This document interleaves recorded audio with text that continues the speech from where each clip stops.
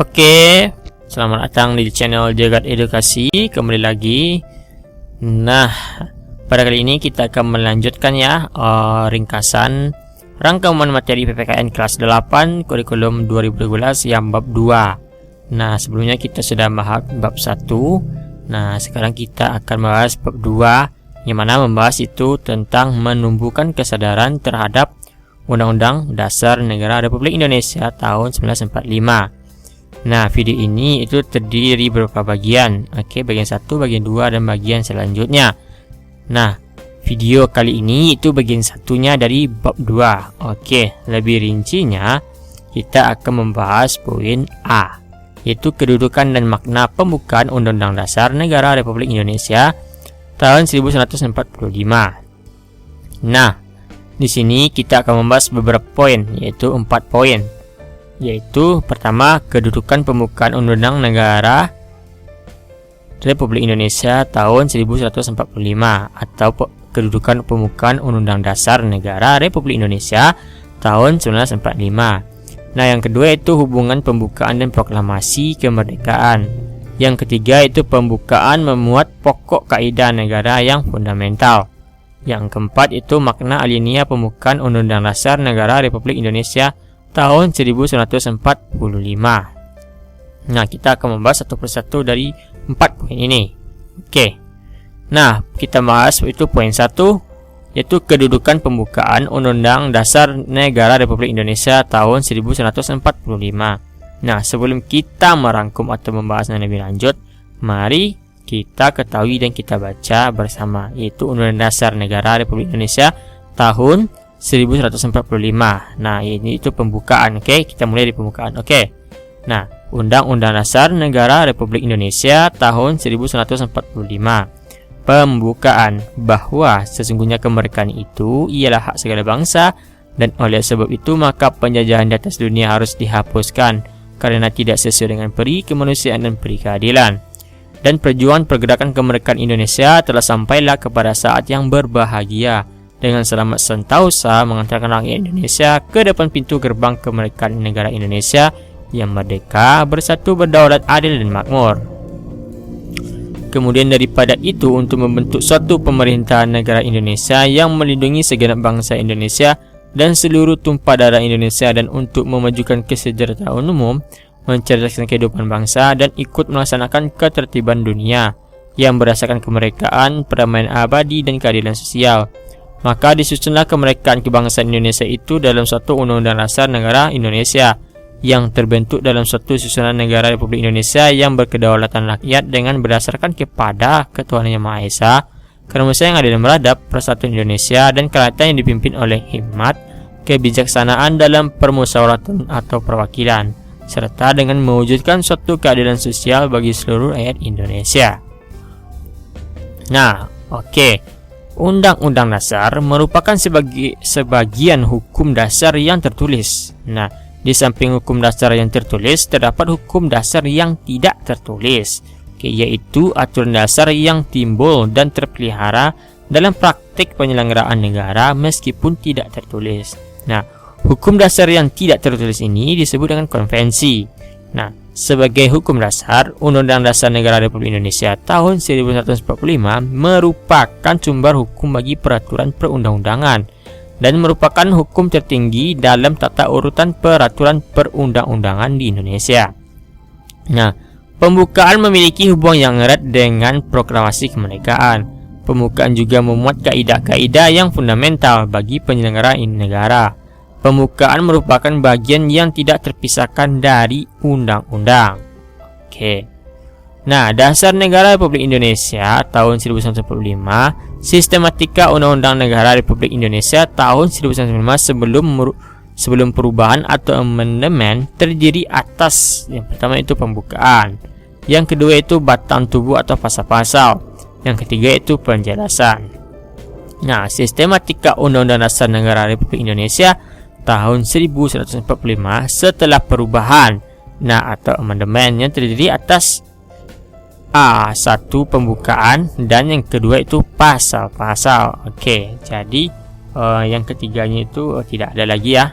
Oke, lanjut. Ketentuan tentang sistematika Undang-Undang Dasar Negara Republik Indonesia tahun 1945 ditegaskan dalam pasal 2 aturan tambahan, yaitu dengan ditetapkan perubahan setelah amandemen Undang-Undang Dasar ini. Undang-Undang Dasar Negara Republik Indonesia tahun 1945 terdiri atas pembukaan dan pasal-pasal. Oke. Nah, kita lanjut poin kedua ya.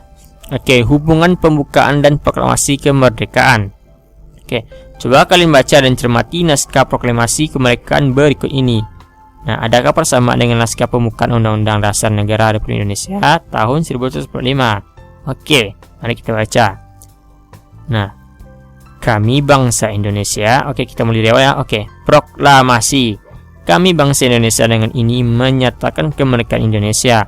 Hal-hal yang mengenai pemindahan kekuasaan dan lain-lain diselenggarakan dengan cara seksama dan dalam tempo yang sesingkat-singkatnya. Jakarta, hari 17 bulan 8 tahun 1145 ya. Nah, atas dasar bangsa Indonesia Soekarno-Hatta. Oke. Nah, lanjut. Hubungan proklamasi dan pembukaan Undang-Undang Negara atau Undang-Undang Dasar Negara Republik Indonesia tahun 1945 dapat diamati dari isi kedua naskah tersebut.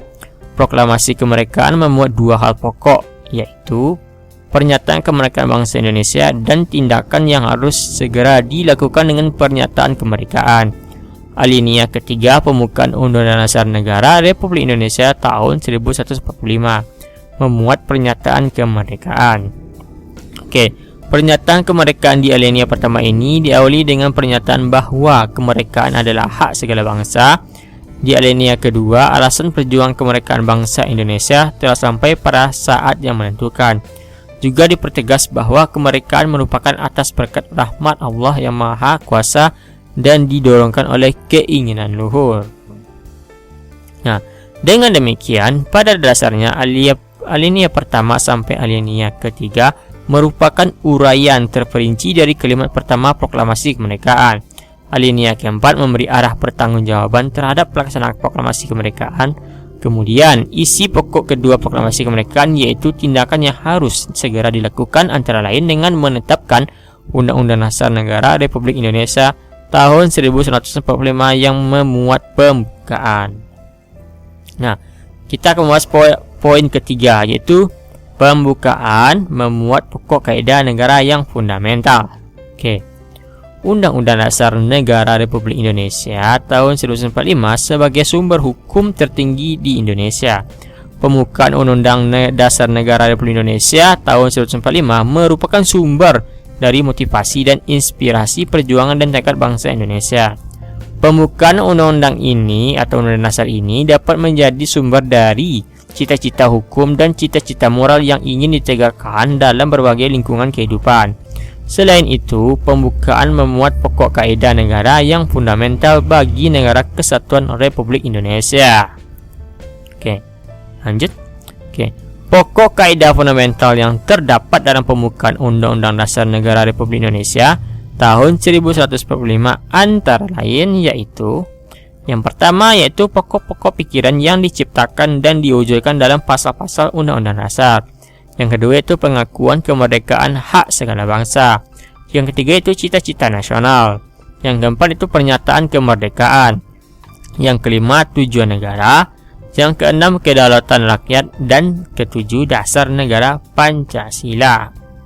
Oke. Nah, kita ke poin terakhir yaitu poin 4. Makna alinea pembukaan Undang-Undang Dasar Negara Republik Indonesia tahun 1945. Setiap alinea dalam pembukaan memiliki makna tersendiri. Kita akan bahas satu persatu. Oke? Nah, yang pertama itu alinea pertama. Pada alinea pertama menunjukkan keteguhan dan tekad bangsa Indonesia untuk menegakkan kemerdekaan dan menentang penjajah. Pernyataan ini tidak hanya tekad bangsa untuk merdeka, tetapi juga berdiri di barisan paling depan untuk menghapus penjajahan di muka bumi. Alinea kedua, yaitu pada alinea kedua ini menunjukkan ketepatan dan ketajaman penilaian bangsa Indonesia. Beberapa hal yang tercantum dalam alinea kedua adalah A. Bahwa perjuangan bangsa Indonesia telah mencapai tingkat yang menentukan. Yang B. bahwa momentum yang telah dicapai harus dimanfaatkan untuk menyatakan kemerdekaan.